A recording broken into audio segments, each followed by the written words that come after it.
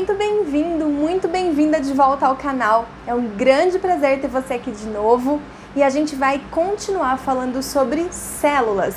Biologia celular é o tema dessa aula e nesse primeiro momento a gente vai contextualizar esse assunto e trazer algumas informações bem gerais. Então vem comigo que é depois da vinheta.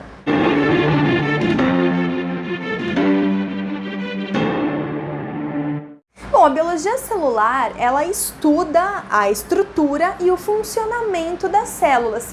É importante a gente lembrar que as células, elas são consideradas a menor unidade funcional de um organismo. As células, elas são compostas de organelas e cada organela dentro da célula tem uma função específica. Essas organelas trabalham de forma interdependente, uma auxilia a outra, uma depende da outra. Mas a célula como todo é uma estrutura autônoma, então ela funciona. Mesmo nos organismos pluricelulares, que são aqueles compostos por muitas células, todas as células atuam de forma independente, só que a atividade delas desempenha um equilíbrio como um todo. Então cada célula funciona para que todo o organismo funcione de forma equilibrada. Além disso, as células têm uma estrutura que é considerada básica. Toda célula tem. A gente vai ver mais pra frente que existem tipos diferentes de célula, mas agora eu quero apresentar para você a célula de uma forma bem ampla, bem geral. Então, toda célula vai ter membrana plasmática. A membrana plasmática é a membrana que envolve, que delimita essa célula e ela é constituída de lipídios e proteínas, por isso que a gente diz que ela é lipoproteica. Agora, interessante que o lipídio que compõe a membrana plasmática das células, ele não é um lipídio simples, ele é um lipídio composto e ele possui fósforo na sua constituição.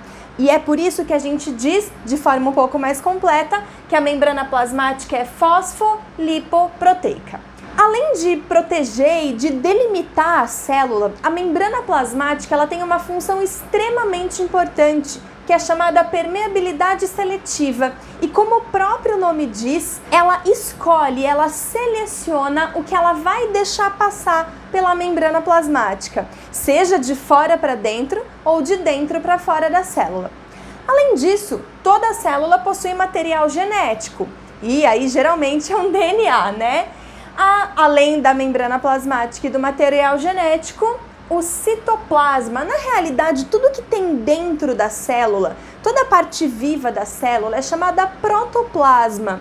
E o citoplasma é a parte de dentro da membrana plasmática, envolta pela membrana plasmática, que é composta pelo citosol, também chamado de hialoplasma, e organelas. O citosol é definido como a parte líquida, na verdade não é bem líquida, ela é bem gelatinosa e ela é composta de água, de proteínas e de sais minerais.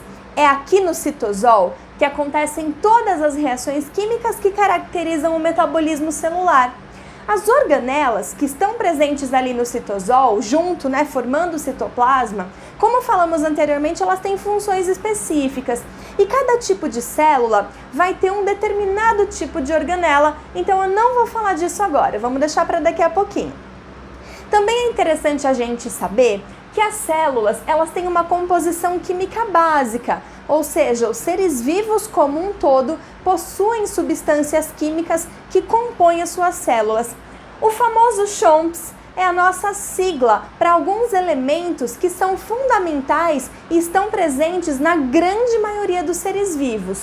O carbono, ele constitui todas as moléculas orgânicas. Você deve se lembrar que a definição bem básica de uma molécula orgânica é o fato dela possuir carbono na sua composição. Agora está na hora da gente aprofundar um pouquinho esse conceito. Na realidade, não basta ter carbono para ser uma molécula orgânica.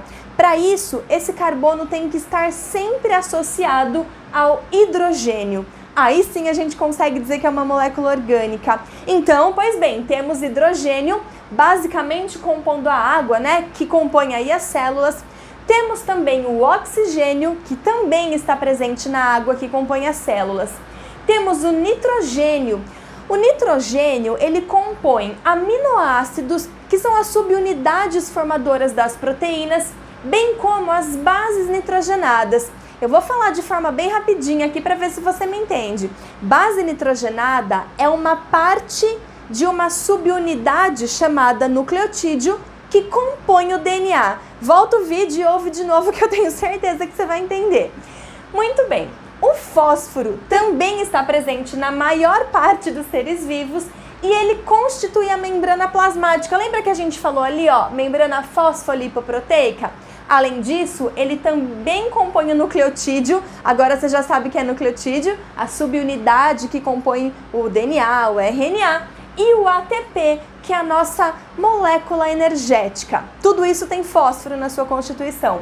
E por fim, o enxofre, que está presente basicamente em alguns aminoácidos que são fundamentais para o desenvolvimento e para o funcionamento do nosso organismo. Muito bem. Dentre as substâncias que compõem a célula, as moléculas que compõem a célula, a gente classifica elas de dois tipos. As orgânicas, a gente já falou que uma molécula orgânica é aquela que tem carbono ligado a hidrogênio, e as inorgânicas. As moléculas orgânicas que compõem as células são os carboidratos, também chamados de glicídios ou ainda açúcares. Eles têm diversas funções dentro da célula, dentro do organismo vivo, especialmente atuando como substrato energético. Mas existem açúcares que compõem a estrutura das células e a gente vai ver isso ao longo do nosso estudo aí de biologia celular. As proteínas constituem basicamente 15% dos organismos vivos, de um organismo vivo, e eu coloquei esse número aqui para você ter noção do quão importante, do quão numerosa é a proteína dentro do nosso organismo e de todos os organismos vivos. Porque as proteínas, elas estão relacionadas com todo o funcionamento da célula, tanto estrutura quanto funcionamento.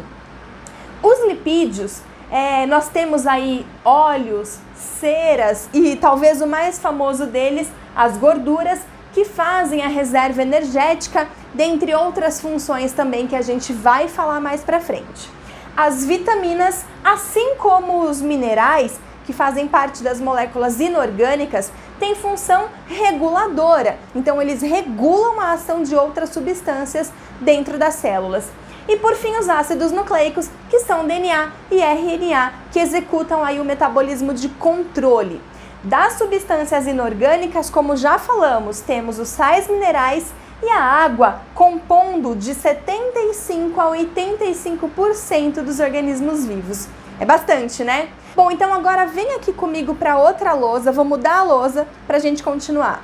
Muito bem, tô de volta, mudei aqui a lousa para a gente finalizar essa primeira parte que é bem introdutória, bem básica. Nós temos vários tipos de células. Em primeiro lugar, a gente vai diferenciar a célula procariótica da célula eucariótica. A célula, ou melhor, os nomes procariótico e eucariótico têm algo em comum, que é a palavra cário, e essa palavra significa núcleo. Porém, o prefixo pró tem o mesmo sentido na realidade do que o prefixo pré, ou seja, que veio antes. Então, por uma definição um pouco antiga, a célula procariótica é a célula que veio antes do surgimento do núcleo. Segura aí que eu já vou falar um pouquinho melhor sobre isso. O prefixo eu, ao contrário, significa verdadeiro, ou seja, a célula eucariótica, ela tem a carioteca verdadeira. Muito bem, acontece que hoje a gente define núcleo não como algo exatamente delimitado ali, separadinho, mas sim a região da célula onde o material genético está e está atuando.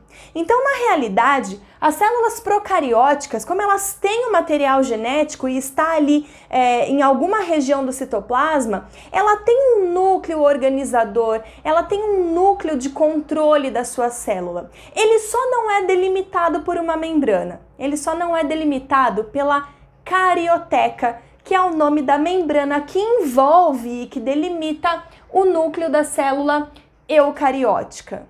As células procarióticas, elas formam organismos procariontes e nós temos como representantes de procariontes os indivíduos pertencentes ao reino Monera, que são as bactérias, cianobactérias e as árqueas.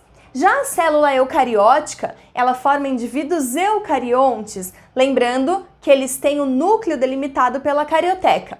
E nós temos dois tipos de células eucarióticas, a célula animal e a célula vegetal. A célula do tipo animal, ela compõe animais, fungos e protozoários, e a célula vegetal, plantas e algas.